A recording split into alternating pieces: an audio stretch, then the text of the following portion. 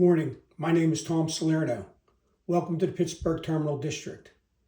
Today we're going to be focusing on backdrops.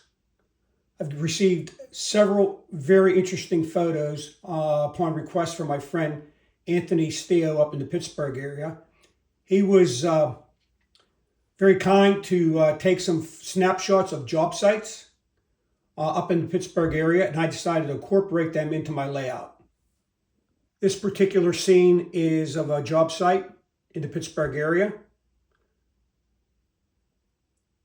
and I'm using it as a local backdrop. Here's another photo that Anthony sent me of a train station that was being demolished. Here's another photo that Anthony got from me of another job site up in the Pittsburgh area. Anthony also got me photographs of this unbelievable mine down in Graysville, Pennsylvania, Consol Energy.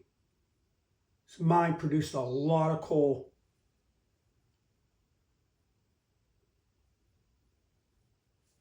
And there's some great detail in the photo. As you can see, it's almost like you're literally on site.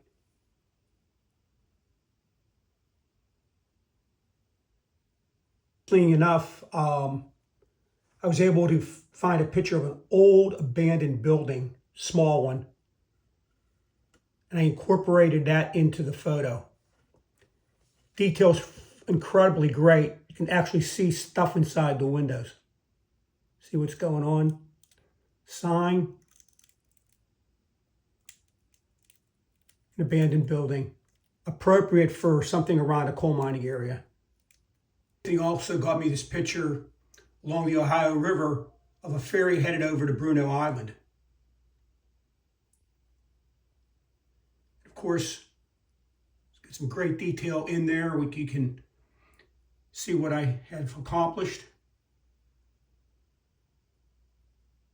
Here's another building he got for me down along the Mon Valley. A little bit of cut and pasting to put it together. We'll get into how I did that. You'll see some of the things that you have to get over is the lining it up, and some of the joints, but those can all be taken care of later. And the last ones he got me was along the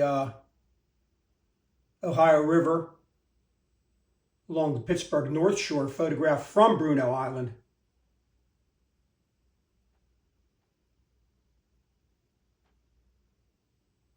Great to have trains running alongside of it as a great backdrop. A lot of detail, nice sun angle. And ironically, if you look at the rock structure, not much different than foam board. I mean, it just happens to come out that way in the photo.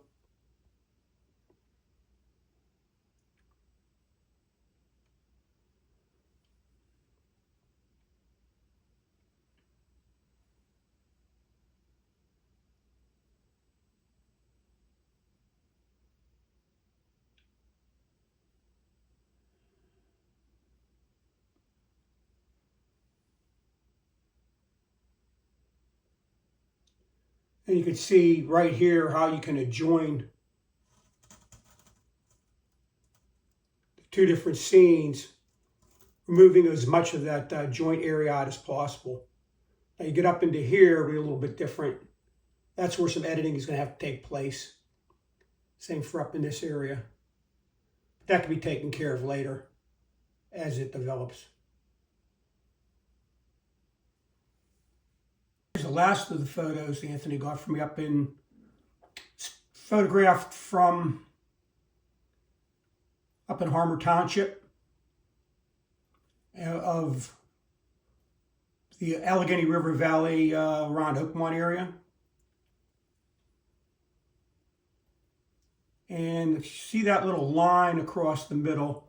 I'll explain in a little bit later what I specifically did there. But I can honestly tell you, that foliage is not in Oakmont. Matter of fact, it's not even on continental America. How do we do this? There's several different techniques that you can do. One of the things you have to have and some of the supplies you have to have are some things like poster putty,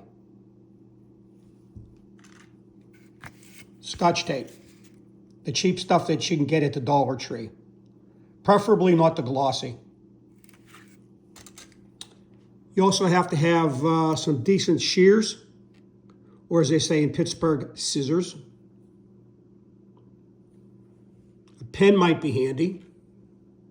Larger pair of shears. As you can see, some foam board. That's all picked up at the Dollar Tree. There's no sense spending a lot of expense. The hobby is very, very expensive, as you know, and anything you do to reuse materials, it's always a good idea to be able to do it. You don't want to compromise the product that you're putting out. It's just not worth it. But where you can do it, save yourself some money. It's always a good idea. And have a decent ruler with a lot of different markings on it. As you can see here, I have a compilation of a number of different photos that I've put together, spliced together, or will splice together. And you never know where you're going to need additional materials at.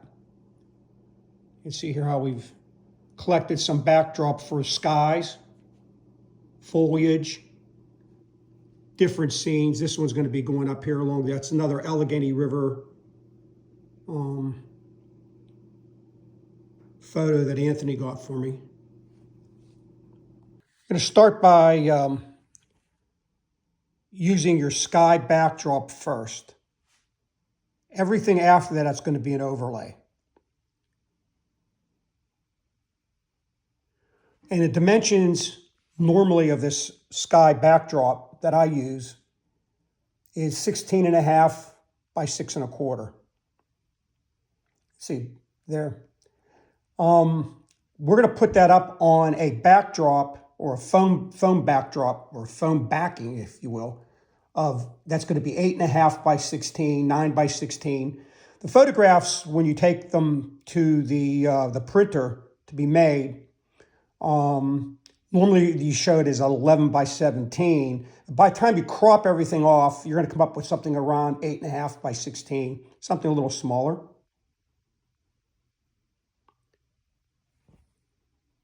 In some cases, you aren't going to be able to, you're going to need a smaller photograph that's going to be shown as your backdrop.